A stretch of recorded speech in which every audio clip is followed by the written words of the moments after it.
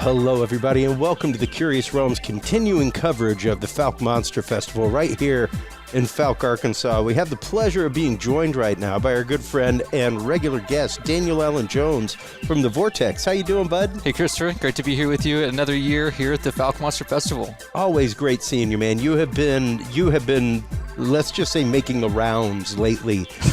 We have a stretch. Well, we're here in Fouke, Arkansas right now, but right across the border, about 10 minutes down the road in Texas, we have a stretch in April where there's like 3 weekends in a row, all the way from South Texas to West Texas to East Texas. And you hit up all of those. You hit up, kind of like me, a lot of events every year, being active in the community, being active in research. And it's always great seeing you. It's always great knowing that, like, hey, awesome, Daniel's here emceeing this year. It's going to be a great show. Cool. Yeah, there's a lot to keep up with, and I'm excited to be a part of it, and I do what I can to, make time for everything that's out there. It's tough to keep up with, but it's cool to see that this and many other events are continuing to happen year after year, and people can get together and really work towards something interesting for a lot of people who are interested in this. Well, and especially to have seen, this is my third year here at Fouke. To have seen us move from the community center where we had dinner and the movie viewing last night to the junior high theater over here across the street, about 4 times the crowd size, things like that. Like, it opened up a lot of things, and it's great to see that, like, there was no real hiccup in that. There was no, like, oh, we had a slow year moving things over. We didn't fill the house. Like, it transitioned over and grew immediately, and it's fantastic to see that. Yeah, it's really, I think, a big part about what people are here to experience when they come. They want to be able to hear presenters in a way that can accommodate wherever you are in the room. Here at this location, it's something that, for those who have been at the event before, you'll notice an immediate difference. It's something that I think is an important part about being able to come in and be a part of the conversation, be able to listen to speakers. And when we were at the community center, we had the similar format. We had a smaller screen, but here we've got the projector. We've got a lot of seating that you can choose from, and whether you got the up row VIP section or you're just in the general admission, there's a lot of good viewership for those who are going to get into the presentations and really kind of get a sense of where we're headed with some of that information. And I think it's something that we can continue to see develop over the course of the next few years as well. Yeah, absolutely. And to see the communities develop, to see communities coming together, to see people coming together to help support the local community with the drawing, all that kind of good stuff, is fantastic. And you yourself, speaking of research, have been doing quite a bit of research into the Aurora Crash of 1897. How's that been going? Yeah, so I've been compiling material regarding the Aurora legend, which goes over 100 years back, and it's something that many people have kind of heard parts of. It's kind of deep-seated within the lore of ufology, or the study of UFOs, and so this is something that is near and dear to my heart, because not only do I live nearby, but I was first shown the locations of these historic sites by my buddy, the late Jim Mars. And he helped to share about this story years ago in some of his material that he wrote, a book, Alien Agenda. And so a lot of people found out about it that way. And he later appeared on some History Channel shows about the Aurora legend as well. So what initially happened was, back when we had an event in Aurora in 2016, we had put together some material to have a publication about the history of the legend and some of these things that he had done by way of investigating it back in the 70s. Even after all that time, there were still some living people who were alive back in 1897 who described either the events as a made-up story or that they were actually there, and it happened or it didn't happen. But for those who aren't really familiar, in a nutshell, the Aurora legend is essentially an airship story from 1897. There are several airship stories at this time, and this one stands out because there really weren't anything, there weren't objects up there that we think of now as modern airplanes in a way that people should have been seeing much at all. Hot air balloons and things like that, blimps, they were kind of on the rise, but the idea of something like a lighter-than-air craft wasn't really in production as far as what's well known until the Wright brothers just a few years later. Yeah. But the Aurora story is essentially one that stands out because it deals with not only a sighting, people observing this aerial object, but it allegedly crashes in the local town of Aurora there, and an occupant, supposedly the pilot, was discovered badly mangled, and it says that in the original newspaper, it was reported in the Dallas Morning News at the time, said that enough of the original was recovered, but it was determined that it was not an inhabitant of this world, which is an interesting idea considering at the time science fiction was sort of in its infancy, and people were actually talking about beings and people from other worlds, despite this idea that that was never really happening or a thing until much later. It really was something that was sort of in the social psyche, but not really as prevalent, obviously, as it is today. Yeah. But it's something that I think people wonder, was this inspired by ideas? Was it really a historical event that happened? Or was it just a made-up part of yellow journalism to an attempt to bring people into a dying town? And I was going to say, that's something that we discuss with Dan Duke regularly whenever we have him on, because he's family relation to Jesse James, and happened to find out that, like, Jesse James faked his death and came to Texas and lived out the rest of his days. And oddly enough, the town where Jesse James was shot is not too happy about this news, because, like, that was the days, like you said, of yellow journalism, where, like, you sold sensationalistic stories. This was the day and age where it was like, let's do a whistle-stop tour with Abraham Lincoln's corpse so that everybody can see him. Let's charge a dime to see the melted Iceman, to see the Fiji mermaid, things like that. It was the age of tall tale. It was the age of sensationalistic journalism like that, so it is interesting. Was it the fact that there was a crash, or was it something to bring people into a town? Was there ever a rush of tourism to Aurora, other than the modern rush of tourism to Aurora? Well, that's the interesting thing. It seems like the idea for this story to have been concocted in a way to drive people in, sense can be made out of those ideas. But the challenge with that is that they never received any kind of big boom in tourism or anything that really helped them develop economically. As far as what's known, there were a lot of challenges that they faced at the time. There was a crop epidemic. They had a bull weevil situation, and they had a yellow fever, so a lot of people were dying. There was a mass exodus, and so people had considered that this story, written by a man named S.E. Hayden, had just been written because he was a writer for the local paper and wanted to be able to bring people back into his town. What I found out, and I don't know that anyone has really known about this, but looking through information, working with the local historical society there in Wise County, and going through documents dating back years, this man, S.E. Hayden, actually moved out of Aurora with his family soon after this story was written, moved to California, continued business there, which is where he ended his life.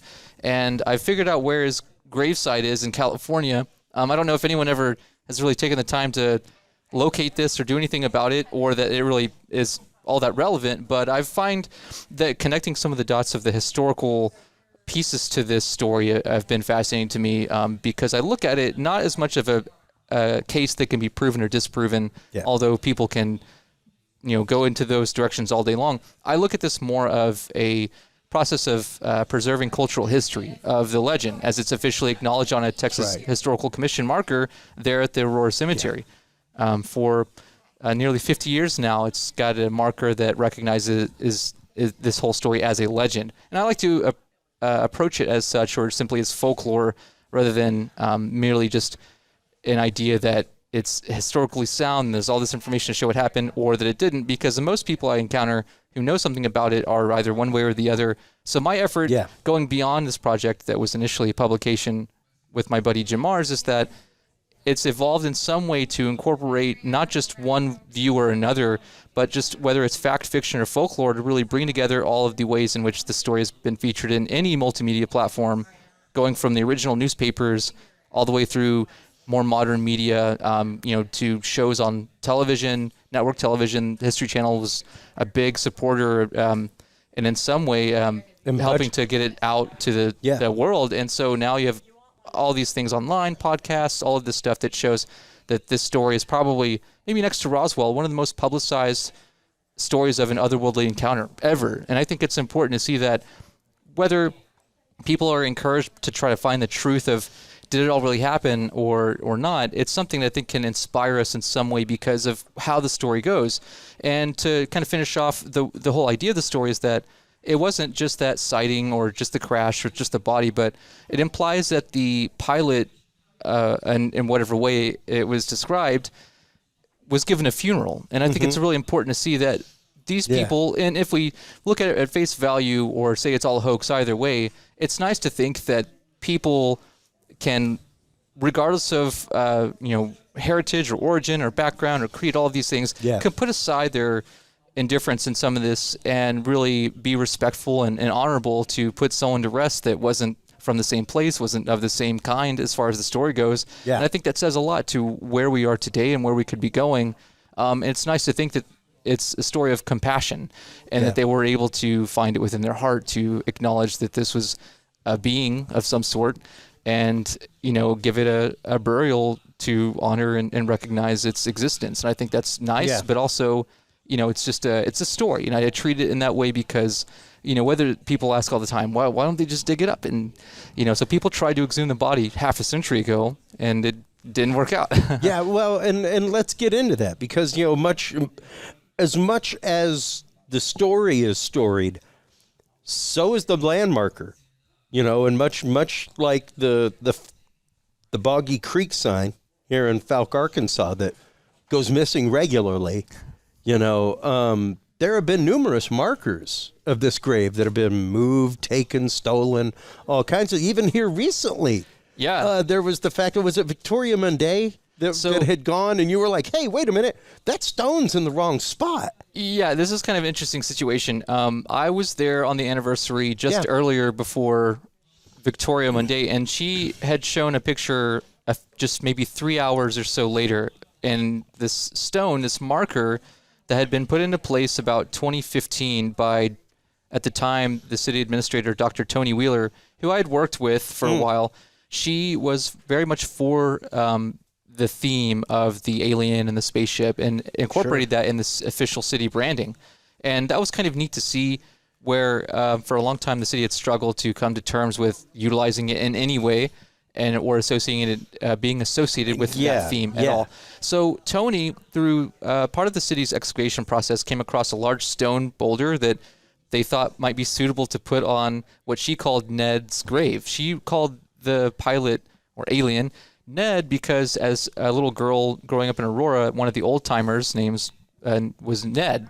And so Ned would tell all the kids the story. And so because she was kind of connected to it that way, she affectionately called her little alien dummy, which was sort of the unofficial mascot, Ned. And so people all over the internet now refer to the alien pilot in Aurora as Ned because of that. And one of the interesting things is that this marker was there since 2015, and on the anniversary, just about a week ago, a little over a week ago now, on the 17th, this would have been the 127th anniversary of the legend. Wow.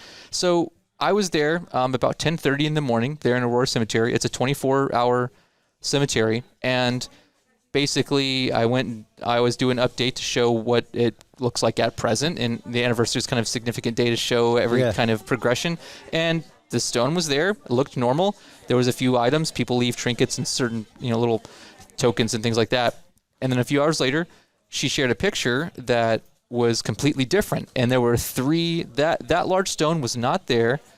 There were 3 headstones that looked like they were just officially put into place there and a little bit further down in a way that I assume is marking 3 previously existing unmarked burial plots that maybe did not have recognition before. And the stone was not stolen. It was just moved. I looked around. I actually came back later that night after work and found out that it was moved over by the entrance gate Did you to roll that it area. back? It's way too big for one person to move. And the other massive. thing, It's massive. it's not something a lot of people realize, but the original headstone what has been known as the original headstone may not have actually even been there up until the early 70s. Yeah. So I've asked people there, the old-timers living there now, about this stone and shown pictures of it that I got from Jim Mars, Yeah. who was there in the 70s and did see it. If they had ever known about this little crude, hand-hewn little rock with etching on it, if that had ever been there before the 70s, and the people I've talked to who have family there in that area say they don't recall a stone ever being there, and that it's possible it got put into place in 1971 or 2, although maybe it was there the whole time since 1897, although that doesn't seem to be able to hold up either, because the whole cemetery where it is now was not the original place of the cemetery they had in 1897. Everything was moved by a man and many people associated with the church at the time named Slimp.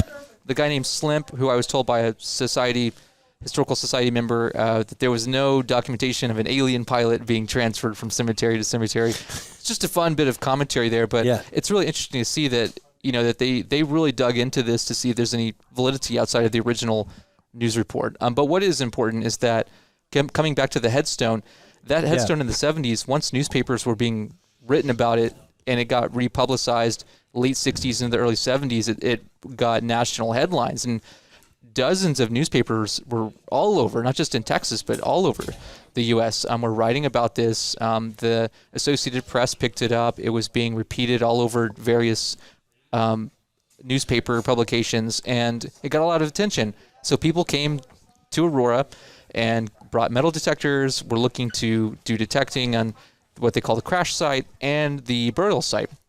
And soon after this happened, the stone went missing after a cemetery watch was instilled. So people kind of wondered if someone came and exhumed the body themselves or did something. So that stone went missing in 1973. There's a reward, much more recent times, a reward offered from a lawyer in Dallas who's offering, at first it was like $1,000, now it's up to like $10,000 if it's still active. But there hadn't been a stone there for many years up until about 2011. Someone put a mock-up stone there in 2012. It showed a little bit of a spaceship etched on the stone. That stone was there for a good year, and then that one also went missing.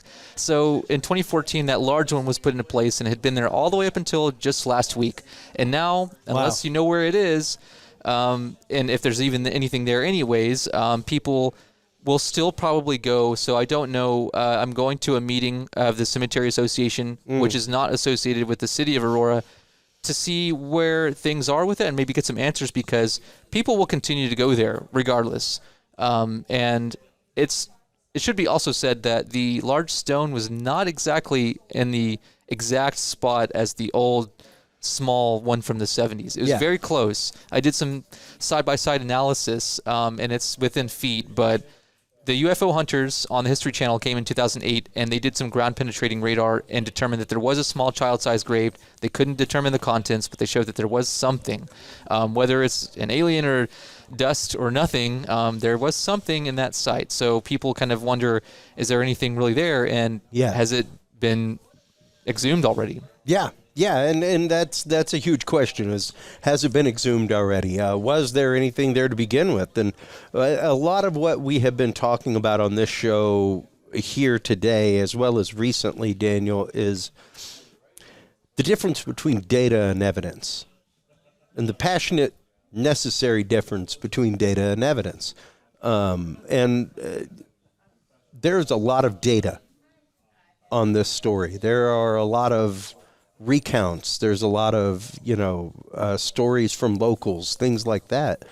But it's interesting to see, like, once again, how frequently have they done any kind of radiography in the area to see, if there's radiation. I know that the farmer who lived on the property where it supposedly crashed, like, somebody later developed some pretty awful tumors. Whether or not it came from anything that was in the water in his well that he claimed or what, who knows? Well, I'm just going to mention on that for a moment. So the Oates family moved to the property there, which was previously owned by the Proctor family. The Proctors were the ones who lived on that farm J.S. Proctor had some sons. One of them was named Orion, interestingly enough. And Orion worked for, and I think they all did in some way, worked for a local print company. So some people had considered, because of their involvement in print and press, if they had some kind of role to play in having fun to concoct the story and all of this. But aside from that, I even was able to acquire an envelope with on the back it saying Orion Proctor Publishing, on the back. So there's proof that they're a publishing family, and so it's really interesting to see that the history goes back in many different ways. But the Oates family, who moved onto the property, I was told in 1946. There's a lot of information out there that suggested it was earlier. Brawley Oates, who was the patriarch of the family at the time, brought his family there, cleaned out the well. The whole idea is that this airship crashed into the tower of a windmill, which was connected to a water tower and a well, and that the debris from which was discarded down the well, hauled off, or maybe just put it in the coffin for the burial. But the thing is that well was reconstructed in 1946 by the Oates family, and there was some talk about them digging up and taking out some fist-sized balls of metal and just different pieces of metal.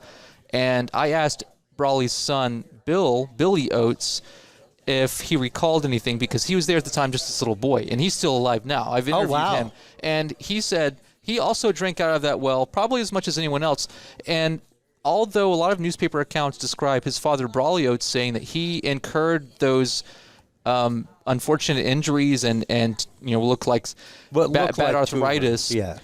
From what he said was the alien spaceship and crash and all of that and the radiated well water. However, his family contests that big time. And even his son, Bill Oates, says that he drank out of that well and he might have a few arthritis problems, but nothing like his father. They say that was probably arthritis or gout, really bad, and that it had nothing to do with the water.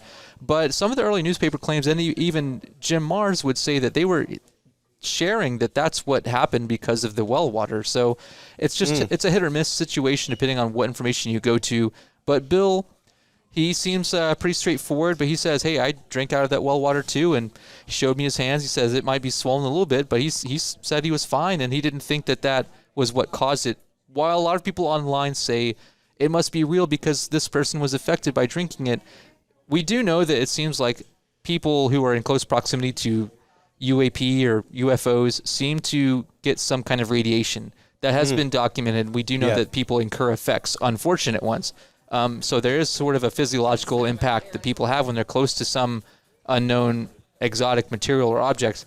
And whether that's the case here or not, I don't really think that there's enough evidence to support that. There's a lot of data to show different things, but it's really important to see that, as you mentioned, the difference between data and evidence is that sometimes people utilize data in an attempt to build evidence toward a case. And in this situation, that data has been utilized in a way to build a case towards describing Brawley as a victim of the well water, which, is why he had those injuries. But I don't think that the real data is suggestive of that as hard evidence in a way that people would maybe want it to, despite it being kind of an unfortunate incident for him. His family's just been very adamant that was all because it was something that he had prior, and that just developed over many years. So it's one of those things that I think it gets conflated with the idea of it being a spaceship crash and aliens radiated water. It's fantastic. It's very sensational, but I think it's also important to respect that there's probably a more prosaic explanation to his health condition. It's unfortunate either way, and maybe there is something about the water, but it's one of those issues where it's hard to really pin down now that it's after all these years. Well, even if it was within that well, it would leach to surrounding areas. It would leach into table water. It would go further than just that isolated area if there was radioactivity inside of that, and there's not really a whole lot of that there, let's say. There's not a whole lot of like hot zone going on in the area where it's like, hey, stay away from this. Look, the Geiger counter is going nuts. That kind of thing. And absolutely amazing story. And once again, one of the most fantastic stories in UFO UAP history right here, right down the road in Texas. and your research into it's been awesome. Well, I would think that aside from it just being a UFO-related story, I try to branch out outside of just the UFO outlook, simply because even as a Texas legend, Texas folklore, it's probably one of the most widely recognized stories. Yep. Whether historians want to acknowledge that or not, it's probably a larger impacting folklore story than most traditional Texas folklore, simply because of how widespread it's become. And I think that that's an important part about how stories develop on their own, regardless of their authenticity. And that's a challenge for us to realize, like, sometimes things we hear about in history didn't actually happen, or things that we find out are folklore, mythology, or urban legends and things like that. Regardless of their authenticity, which that's fine to go in and look into as well, we can find the veracity of those claims to be sound or not. The impact they have on our society today is a completely different situation. Yeah. So I think that that's why it's really important to me to also explain that it's a story of compassion, of tragedy and compassion, and it's one of innovation, because it deals with a lot of the other airship sightings, but in a way that stands out. And so what I've done is to not only compile that information, which was originally intended to be a publication. People often look at that as a way of exploiting or commercialization, and so to allay any sense of concern for people who are wondering, about this being some kind of a exploitive endeavor, I have just made an online database that's an encyclopedia where all this information can be stored and found available online for free, called auroralegend.com. And then eventually the publication will be to follow that. If people do want to get it and have a physical copy, they can. And if they don't want to get that, they can just go on the website, and it works like a Wikipedia database, and you can find everything from the history, the chronology, the resources that allow you to see every possible way that it's been portrayed in media, investigated, and how we can utilize that information for the sake of preserving its history. Yeah. Yeah, and when it comes to local history, when it comes to local legend, when it comes to keeping these cultural stories alive, that's what a lot of this is about, Daniel. And the way these stories impact communities, the way that these stories change communities. It's something that we talked about with Craig Woolheater